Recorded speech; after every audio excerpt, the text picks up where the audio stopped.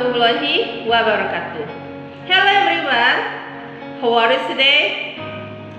Fine, Alhamdulillah. And then, how's your day? Good? Great. Okay, that's fine ya. Now, we are say together basmalah before start our class. Bismillahirrahmanirrahim. Thank you. Now, are you ready for studying English with Miss Rena? Kalian sudah siap buat belajar bahasa Inggris dengan Miss Rena? Ready ya? Okay, keep the spirit in learning ya. If you have learned distance, walaupun harus belajar dengan jarak jauh, oke, tetap semangat ya. And then now we are going to learn about narrative text ya.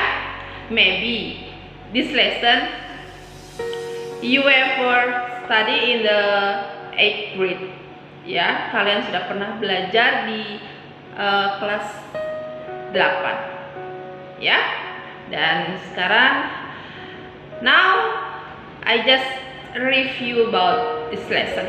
Saya hanya sedikit mereview tentang materi ini ya. Simak video dari Miss Rena, please attention ya. Pembelajaran hari ini tentang naratif. Let's see. Okay, now we are going to discuss about narrative text ya. Hari ini kita akan belajar tentang penggunaan narrative text ya. Mulai dari definition of narrative text, generic structure of the narrative text, purpose ya, and language factor ya. Hari ini misalnya akan menjelaskan semuanya tentang narrative text. Oke? Please attention and hear me. Okay. Definition of narrative text. Definitionnya, a text that tell about something that is fictitious and only the form of easy for the writer only. Ya, jadi maksudnya adalah narrative text itu menceritakan tentang sesuatu yang ceritanya itu fiktif ya, berupa khayalan. Nah, ya, jadi yang hanya ditulis oleh penulisnya saja. Jadi ceritanya itu bukan cerita yang sesungguhnya, tapi cerita khayalan. Ya, itu definisinya. Nah, purpose of narrative, tujuannya entertaining or as a medium to develop the imagination. Maksudnya adalah sebagai penghibur, entertain ya, penghibur, atau sebagai mengembangkan imajinasi ya. Nah, itu tujuannya. Nah, sekarang generic structure of narrative text. Generic structure narrative text ya. Ada apa aja sih? Yang pertama, orientation. Orientation itu masuknya apa aja?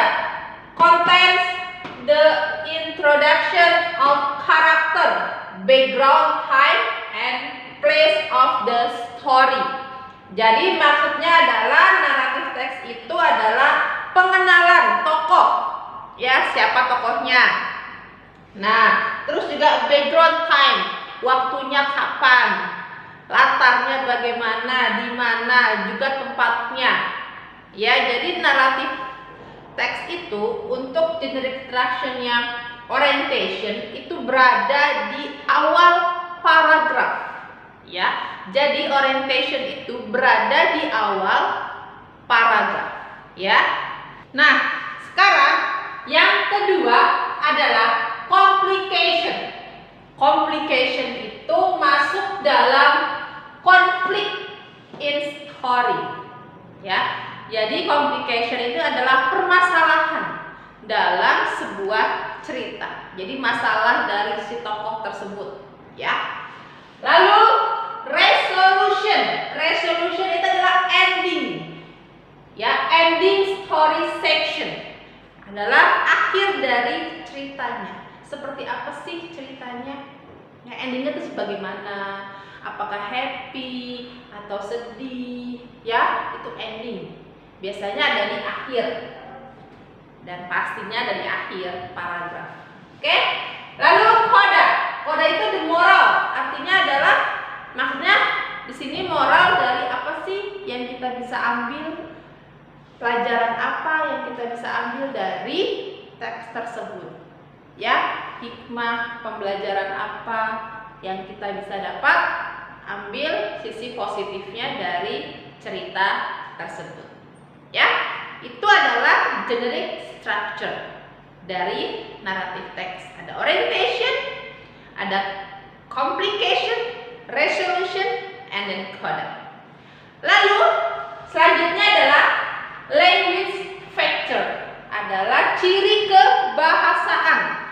Jadi ciri kebahasaan ini apa sih? Bahasa apa atau tata apa atau structure apa yang digunakan dalam naratif teks tersebut? Yang pertama, action verb. Jadi menggunakan action verb. Grammarnya adalah past tense karena bentuknya lampau karena sudah terjadi ya, lampau. Jadi action verbnya adalah past tense. Lalu noun-nya kata ganti hewan, orang atau benda. Ya, jadi biasanya kalau dalam naratif itu kata noun yang digunakan itu seperti kayak nama orang, nama kata ganti orang, ya. Kan jenis dari naratif teks itu seperti kayak fable, ya. Terus cerita rakyat, apalagi legenda. Itu adalah jenis dari naratif teks, ya. Lalu time connective and conjunction, ya. Jadi ada bentuk time connective-nya dan ada kata penghubungnya. Seperti once upon a time, before, after, then, and one then. Ya. Nah, ini adalah pengertian tentang naratif teks. Nah, Miss Rena akan memberikan contoh cerita tentang naratif teks. Kalian simak ya cerita dari Miss Rena. Oke? Let's see. Today we're going to read the story about the fisherman and the little fish. Hari ini kita akan membaca cerita tentang pemancing dan ikan kecil. Are you ready? Apa kamu siap? The fisherman and the little fish. A poor fisherman who lived on the fish he caught had bad luck one day and caught nothing but a very small fry. The fisherman was about to put it in his basket when the little fish said, "Please spare me, Mr. Fisherman. I'm so small, it is not worthwhile to carry me home. When I'm bigger, I shall make you a much better meal." But the fisherman quickly put the fish into his basket. "How foolish I should be," he said, "to throw you back. However small you may be, you are better than nothing at all." End of the story. Lesson of the story: a small gain is worth more than a large promise. Pelajaran dari kisahnya, keuntungan kecil bernilai lebih dari janji yang besar. Nah, gimana ceritanya? Bagus kan? Seru? Itu adalah contoh cerita dari naratif teks. Oke? Misalnya kira cukup? I think enough. If you have any question about this lesson, you can chat me and I will give you more than about this lesson. Okay? Have a nice day. Don't forget to study at home and keep spirit for learning English. Okay? Thanks for for this class and attention. See you next time and see you another time. Wassalamualaikum warahmatullahi wabarakatuh. Bye bye.